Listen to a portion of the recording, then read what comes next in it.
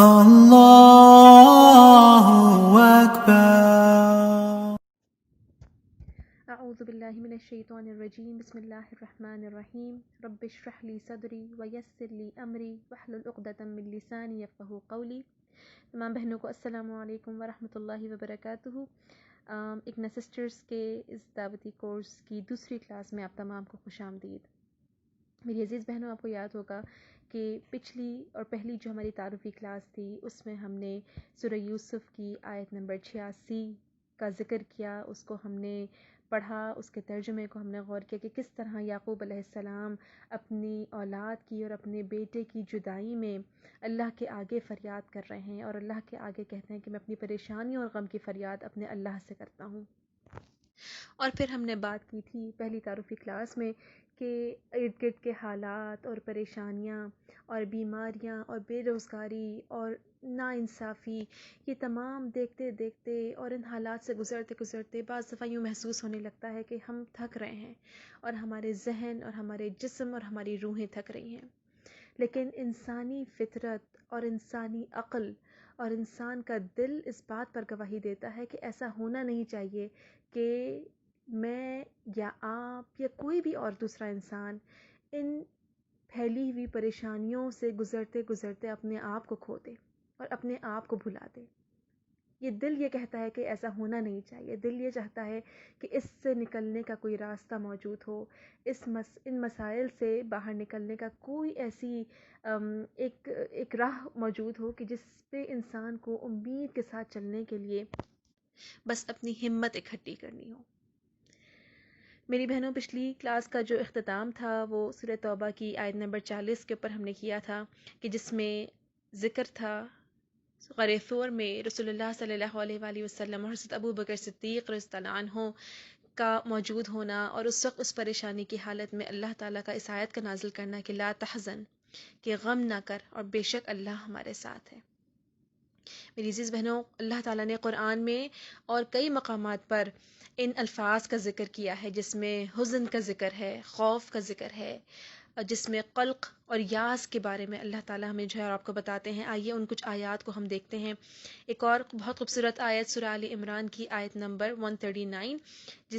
جو آیت ہے اعوذ باللہ من الشیطان الرجیم بسم اللہ الرحمن الرحیم ولا تہنوا ولا تحزنوا انتم الاعلون ان کنتم مؤمنین. دل شکستہ نہ ہو، غم نہ کرو، تم ہی غالب رہو گے اگر تم مومن ہو.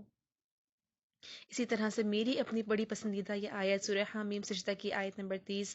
اعوذ باللہ من الشیطان الرجیم ان الذین قالوا ربنا اللہ ثم استقاموا تتنزل علیہم الملائکہ الا تخافوا ولا تحزنوا وابشروا بالجنۃ التي کنتم توعدون.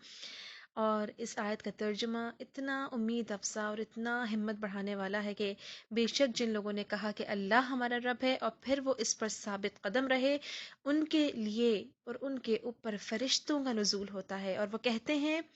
کہ اللہ تخافوا ولا تحزنوا. خوف اور حزن کا ذکر ہے یہاں پہ کہ نہ ڈرو نہ غم کرو اور خوشخبری اور خوش ہو جاؤ اس جنت کے لیے جس کا تم سے وعدہ کیا جاتا ہے.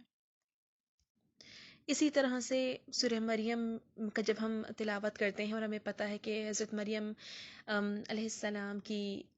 زندگی اور آپ کے اوپر جو گزری ہوئی آزمائش اور اس میں آپ کا بھی پریشان ہونا اور آپ کا اس گھبراہٹ کو محسوس کرنا، اور یہ آیت مجھے اور آپ کو احساس دلاتی ہے کہ کیا کیفیت تھی ان کے دل کی اس وقت کہ جب فرشتوں نے انہیں خوشخبری دی تھی ایک اولاد کی. اور وہ کیا بات کی انہوں نے سورہ مریم کے اندر، اللہ سبحانہ وتعالیٰ یہ بات کہتے ہیں، ان کا یہ اس قول کو جو ہے وہ اللہ سبحانہ وتعالیٰ نے محفوظ کر دیا کہ قالت یا لیتنی مت قبل هذا كنت نسیا منسیا، کہ کاش میں اس سے پہلے مر جاتی اور میرا نام و نشان نہ رہتا. یعنی غم کی یہ حالت، دکھ کی یہ حالت کہ پریشانی میں ان کے منہ سے یہ الفاظ نکلتے ہیں اور پھر فرشتے ان کو تسلی دیتے ہیں. اور جو پہلی بات آتی ہے وہ کیا آتی ہے؟ اللہ تحزنی، غم نہ کر، حزن نہ کر. آخر یہ الفاظ کیا معنی بتاتے ہیں؟ حزن کا لفظ، خوف کا لفظ، ابھی ہم نے یہاں پہ آیتوں میں سنا اللہ تخافو کا لفظ تھا، پھر تحزنو کا لفظ تھا، یہ تہینو کا لفظ تھا. یہ الفاظ جو ہیں یہ مجھے اور آپ کو کیا بتاتے ہیں؟ آئیے ان میں سے چند الفاظ کے اوپر ہم غور کرتے ہیں اور دیکھتے ہیں کہ ان کے معنی کیا ہیں. ہم کا لفظ عربی زبان کا لفظ ہے جس کے معنی پریشانی کے، بے چینی کے، فکر، گھبراہٹ، جس کو ہم عام زبان میں انگلش میں انگزائٹی کہتے ہیں، ایسی پریشانی جو انسان کے دل و دماغ کو متاثر کرتے۔ ہم کا لفظ عربی زبان میں اس گرمی اور اس حدت کے لیے استعمال کیا جاتا ہے جو چربی کو پگھلا دے، چربی کو پگھلا دے، اس کو میلٹ کر دے، یعنی ایسی فکریں جو انسان کو گھلا دیں، اور پھر انسان صرف دین ہی کا نہیں بلکہ دنیا کا بھی نہیں رہتا۔ ایسی فکریں جو اسے اس کی جو ہے کیفیت کو بدل کے رکھ دیں، اس کی قلبی کیفیت کو اور اس کی ذہنی کیفیت کو۔ اسی طرح سے جو حزن کا لفظ ہے، حزن جو ہے وہ دکھ اور غم کے لیے استعمال ہوتا ہے، کسی ناخوشگوار واقعے کی صورت میں جو غم انسان کو لگ جائے اس کو جو ہے وہ حزن کہا جاتا ہے۔ آپ سب کو یاد ہوگا کہ رسول اللہ صلی اللہ علیہ وآلہ وسلم کے دو عزیز ترین رشتے، ان کے چچا حضرت ابو طالب اور ان کی رسول اللہ صلی اللہ علیہ وآلہ وسلم کی زوجہ حضرت خدیجہ رضی اللہ عنہا کے انتقال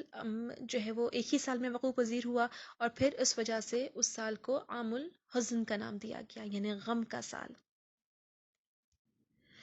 تو اس سے یہ بات سمجھ میں آتی ہے کہ دونوں الفاظ باہم معنوں کے اعتبار سے ایک دوسرے سے بڑی مماثلت رکھتے ہیں، ہم کا لفظ اور حزن کا لفظ۔ اور آپ دوبارہ سے ایک دفعہ پڑھتے ہیں، اور وہ حدیث یہ ہے کہ یہ روایت بخاری میں کی گئی ہے کہ رسول اللہ صلی اللہ علیہ وآلہ وسلم نے ایک دفعہ اپنے ایک صحابی حضرت ابو امامہ رضی اللہ تعالی عنہ کو دیکھا، ان کی فکر دیکھی، انہیں مسجد میں بیٹھا دیکھا اور ان کی فکر اور پریشانی ان کے چہرے پہ دیکھی، اور کہا کہ کیا میں تمہیں یہ دعا نہ بتاؤں کہ جس کی وجہ سے تمہاری فکریں اور تمہاری پریشانیاں جو ہے وہ اللہ دور کر دے گا۔ اس دعا رسول اللہ صلی اللہ علیہ وآلہ وسلم نے اس دعا کو صبح اور شام پڑھنے کی تاکید کی، اور وہ دعا کیا ہے؟ اللہم انی اعوذ بک من الہم والحزن والعجز والکسل والبخل والجبن ودلع الدین وغلبۃ الرجال۔ اس دعا کا ترجمہ کہ اے اللہ ہم آپ کی حفاظت میں آنا چاہتے ہیں، اے اللہ ہم آپ کی پناہ میں آنا چاہتے ہیں، کن چیزوں سے؟ من الہم والحزنی، ابھی ہم نے ہم کی بات کی، فکر پریشانی سے، حزنی کے حزن کے معنی غم کے اور دکھ کے، ہم اس سے جو ہے وہ آپ کی پناہ میں آنا چاہتے ہیں، والعجزی کمزوری سے، والکسلی سستی، والبخلی اور بخالت سے، بخل سے، والجبنی اور بزدلی سے، ودلع الدین قرض کے بار سے، وغلبۃ الرجال اور دوسرے انسانوں کے غلبے اور ان کے دباؤ سے ہم آپ کی پناہ میں آنا چاہتے ہیں۔ میری عزیز بہنوں، یہ دعا اتنی پیاری اور اتنی خوبصورت ہے کہ کون ہم میں سے نہیں چاہے گا کہ ہم اس دعا کا صبح اور شام اہتمام کریں، اور اس دعا کو پڑھ کے اپنے دل میں اور اپنی روح کے اندر وہ سکون اور اطمینان محسوس کریں کہ جو اس دعا کو پڑھنے سے انشاءاللہ مجھے اور آپ کو حاصل ہوگا، جو اللہ کی طرف سے ایک نعمت کے طور پہ وہ میرے اور آپ کے دل میں اللہ اس سکون اور اطمینان کو اتاریں گے انشاءاللہ تعالی، اور مجھے اور آپ کو ہماری ان فکروں سے نجات ملے گی انشاءاللہ۔ ایک دفعہ پھر میں آپ کے سامنے دعا پڑھتی ہوں۔ اللہم انی اعوذ بک من الہم والحزن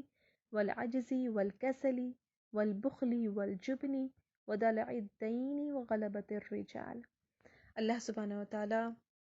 مجھے اور آپ کو اور ہم سب کو اپنی زندگی میں عافیت کو پانے والا بنائے۔ اللہ سبحانہ و تعالیٰ مجھے اور آپ کو اپنی فکروں سے نجات کے راستے ڈھونڈنے والا بنائے، اور اس کا جو سب سے بہترین طریقہ ہے کہ رسول اللہ صلی اللہ علیہ وآلہ وسلم کی بتائی ہوئی دعاؤں کی روشنی میں اور اس کے مطابق ہم اپنے دن کا آغاز کرنے والے اور اپنے رات کا اختتام کرنے والے ہوں۔ میری عزیز بہنوں، انشاءاللہ اب آگے آنے والی جو مزید ہماری کلاسز ہیں اس سیریز کی، اس میں آپ مستفید ہوں گی ان تمام ذرائع کو اور ان تمام طریقوں کو ایک دفعہ پھر سن کر، کہ جس سے میں اور آپ اپنی ان گھبراہٹوں اور پریشانیوں اور ان آزمائشوں سے نکلنے کا راستہ ڈھونڈتے چلے جائیں گے۔ جزاک اللہ الخیر، وآخر الدعوانا ان الحمد للہ رب العالمین۔ Allahu Akbar.